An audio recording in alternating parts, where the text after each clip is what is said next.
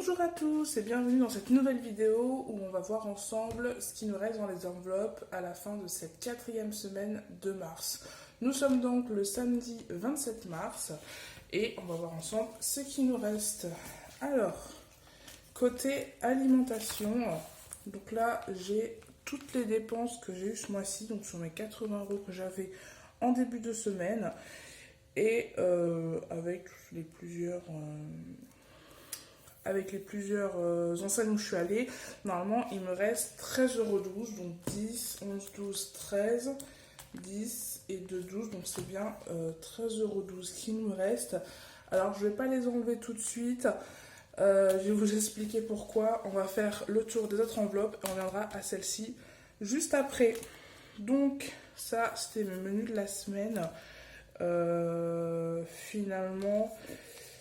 Ces deux menus, on les a pas fait parce qu'il nous restait du reste du poulet de jeudi.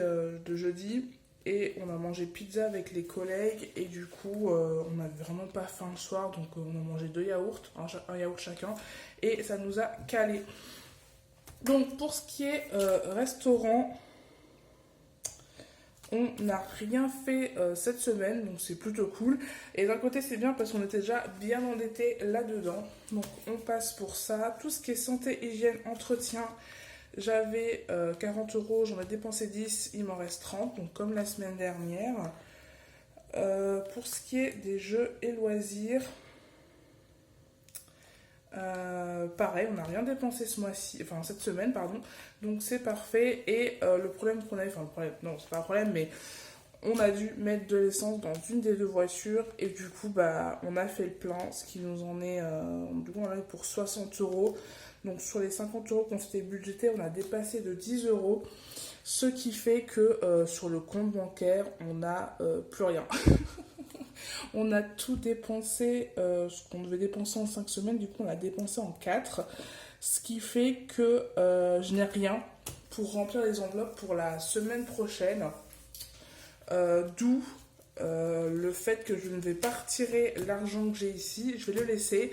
Et ces 13,12 € vont me servir à faire ma dernière semaine avec tout ce qui me reste dans mes placards. Il ne me reste pas grand chose, mais j'ai encore de la viande au congèle, j'ai encore 2-3 fruits, j'ai encore des yaourts, j'ai encore un peu de féculents, j'ai encore des légumes en conserve. Donc normalement, je devrais réussir à faire la semaine fin jusqu'au mois prochain. Du coup, ça c'était pour tout ce qui était sur le compte commun. Pour le perso, gros craquage cette semaine. J'ai fait une petite dépense de 38,77 €, donc il me restait 7,48 € Et je sais pas si vous vous souvenez, la semaine dernière, j'avais 100 € que mon papa m'avait donné quand je suis allée les voir. Et du coup, bah, on est allé en jardinerie pour acheter des plantes, du terreau, tout ça. Donc on en a eu pour 105,22 €. Du coup, j'ai payé 100 € en espèces. Et les 5,22 € qui restaient, vu qu'on n'avait plus rien sur le compte commun, j'ai décidé de les prendre sur mon enveloppe perso.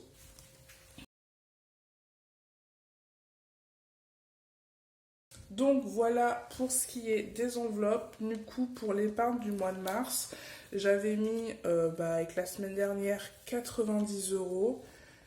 Tac. Donc là on est bien à 90 €.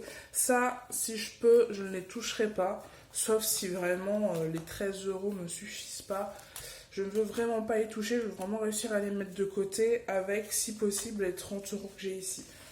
On va pas se forcer non plus à manger, à rien manger pour l'histoire de ne pas les toucher.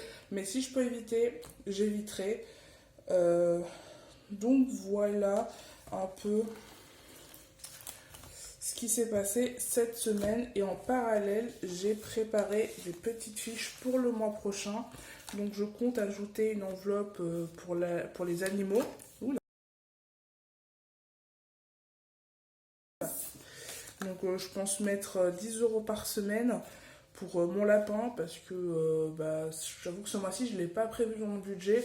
Moi il coûte pas très cher, hein, c'est des légumes, c'est une endive par jour et encore, mais tout ce qui est foin, granulé, la litière, tout ça, voilà, je veux le compter. Et tout ce qui est divers parce qu'on s'est rendu compte, comment dire, parfois je sais pas, on avait besoin d'acheter une planche, des vis, un petit truc qui allait pas vraiment dans les autres catégories.